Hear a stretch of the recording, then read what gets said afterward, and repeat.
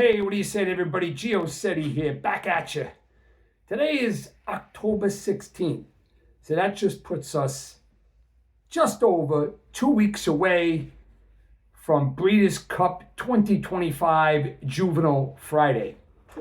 So today I said to myself, why don't I do a quick show talking about jockeys and jockeys only? Give you a little bit of the Seti flavor in terms of what I feel their strengths and weaknesses are. And then at the end of the show, if you have an opinion that's similar to mine or one that's indifferent, please hit the comments. Let me know what you think. Let me know what you feel about the jockeys I speak about. But going into the Breeders' Cup Championships 2025, these are all the jockeys, to me, worth talking about. And I'll throw in some honorable mentions. So without further ado, let's get started, all right? First things first, and I'll do a little separation. I'll separate the ones that we know here domestically in the United States and the ones that ride predominantly overseas. We'll classify them as European jockeys. But in the grand scheme of things, there are hundreds of jockeys in all the jockey colonies around the world. This is who I want to talk about. All right, let's start right here in the great USA. No particular order, but you'll hear based on my energy what I feel about him. But I will start off with Irad Ortiz. One thing about that separates Irad from almost all of the jockeys, and like I say, you can make a strong argument, at least I will, that Irad could be the very best jockey on the planet right now. One thing about Irad is his level of fierce competitiveness. He's decisive. He is aggressive, sometimes overly aggressive. But you know something? I like aggressive. And he has a quiet way about him. He's very, very humble, but he's a winner. And when he's on a roll, when Irad gets going, man, he's unrelenting. He gives you a real professional ride with a sense of urgency just about every single time. Now, listen, I'll say this about every one of the jockeys. You always need the horse. But when he's on a horse that's got a lot of run in him,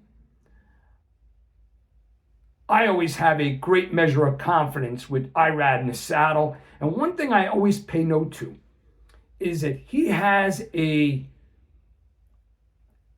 propensity or a constantness of having the ability to time his closes, whether it's a sprint on the turf or going 2 turns on the dirt, but especially on the turf. How often do you see Irad time his closes down the lane to perfection, just getting up at times? So, top billing for Irad. Now let's talk about Luis Saez. Now, Luis Saez, those of you who have followed me over the years on Past the Wire TV or just being friends of mine and having Thoroughbred Racing conversation, you know I love Luis Saez. And one of the things that's special about Luis Saez is he rides every one of his mounts, digging in to the conclusive nature of it, all the way to the wire. You know you're always going to get your money's worth with Luis Saez. True professional, probably more so on the dirt soil surface, but I love him anyway in turf races. He's a dependable, reliable, aggressive, intelligent jockey. Also humble and a good guy. So I really put him up there in a elite status. Now let's talk about Flavian Prat. Flavian Prat, very, very decisive, cerebral. I like the way that he always seems to be putting his horses in the right spot, whether he has to close from well off or if he's in the mix, tracking, or even on the lead, I'm confident with Flavian Prat. And he, over the last few years, has been riding lights out in many big-time stakes events, grade 1, grade 2, grade 3, inside and outside. And you want to see that in a jockey. Being decisive and generally always putting his horses in the right spot based on direction from the trainer to make his very best move when the real running counts. Next, I want to go to Jose Ortiz, Irad's brother. Not only have I liked him from his very first year riding, but he's another guy that you can trust. He's exceptionally strong on or near the lead, and he's a confident rider. I want confidence in my jockeys. And you know what? Can't argue with success. I know there's going to be different rankings from all you viewers out there, but I look at Jose right now. He could very well be a top 5 or 6 rider in the world, certainly in this country. Next, let's talk about Junior Alvarado. Junior Alvarado, true professional, probably one of the best in the game, also, especially on the soil, at mounting a timely, aggressive close. And one of the jockeys that really swings his horses into the position you need to be, even if it's very wide, but in the clear to get his horse home.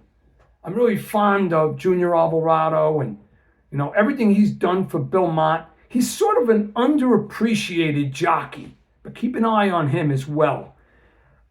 Next, let's talk about Joao Rosario. Joao Rosario, veteran, strong-armed, aggressive, knows how to rally, rides well inside and out, dependable.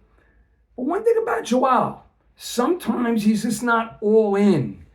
I don't know if he gets distracted, but you know what? When he is all in and he's focused, he's one of the best. So I think he may make his presence felt at the Breeders' Cup. Johnny V. What more can we say? Johnny V is not only a consummate professional, a true Jockey Hall of Famer, but what Johnny V has done over the last couple of years, and look no further, falls into the category, what have you done for me lately? He had a sensational 2025. He's turning back the clock, so to speak, defying the logic that Father Time lends to us. He's a great jockey. He's decisive. He's very, very intelligent. He knows his role. He has no fear. I still like Johnny V a lot.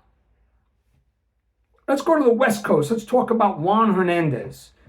I like Juan Hernandez. Everything he brings to the table on the West Coast, but I think he's an underappreciated jockey too. Inside, outside rider. I like him on the soil or the turf. Great appreciation for Juan Hernandez. Now let's go over a couple of honorable mentions that I will offer for riders here in this country. Remember, I'm going to talk about a few European riders. Let's look no further than 2 Italian riders who, in my opinion, could be underappreciated on the turf and on the dirt. Antonio Frezu, who obviously rides predominantly on the West Coast, but he's a very, very capable, gutty, tenacious type of rider who wins many battles in the trenches when the real running's going on in a stretch. I have great appreciation for Antonio Frezu. The other Italian boy, one for the Italians, is Umberto Rispoli. Umberto Rispoli, consistent, reliable, fabulous on the lawn, and a good rider on the soil too, but watch out for him at the Breeders' Cup. If you get some mounts on the lawn, he's an aggressive guy that makes good decisions too, and often finds himself in the mix deep in the stretch. Another honorable mention has to be for Tyler Gaffalione. Humble guy, aggressive, smart. Again, one that does well on the turf and on the dirt, inside and out, fearless. You like that in your jockey.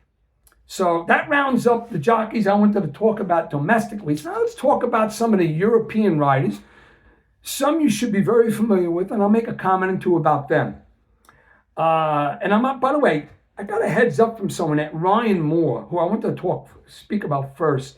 Ryan Moore could be injured. I hope he's going to be available for the Breeders' Cup. But Ryan Moore, sensational rider, decisive.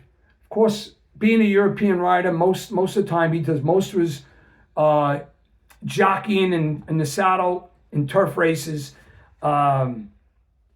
Definitely sort of like a Flavian Prat type.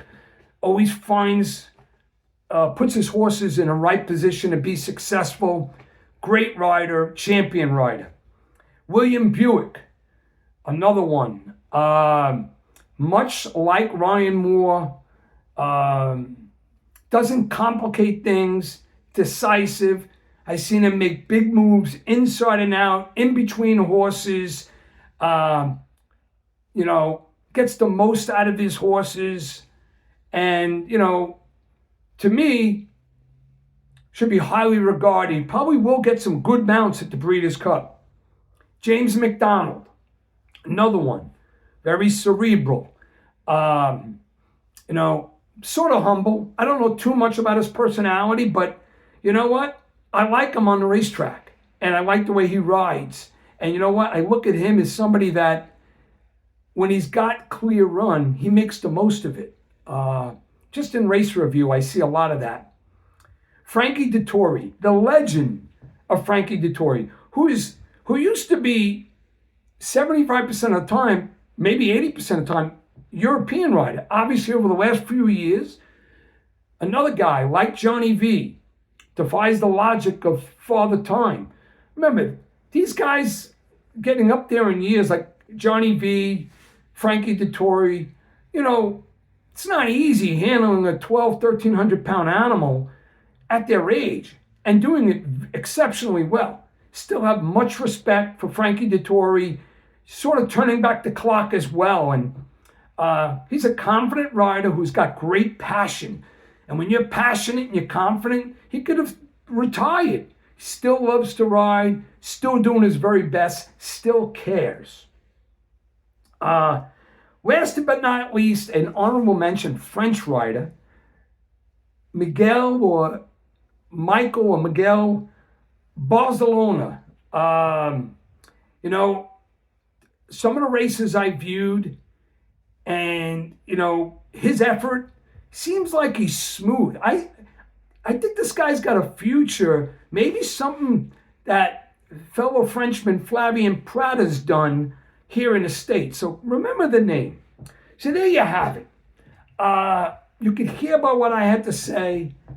And there are other great jockeys out there, the colonies in different circuits. If I left somebody out, please comment. If you want to add to what I shared regarding those I did mention as elite riders, please share your thoughts. If you're not a subscriber yet, hit the subscribe button. You're free on this channel. Like if you do like. If you don't like, that's okay, but let me know why you don't like, all right? Remember, focus to the finish. And if you're part of this game, be passionate in your ways, right? Nobody wants a dull bird. And let's make some money. Stay tuned for the next episode leading to Breeders' Cup 2025. God bless you. God bless your family. Stay safe.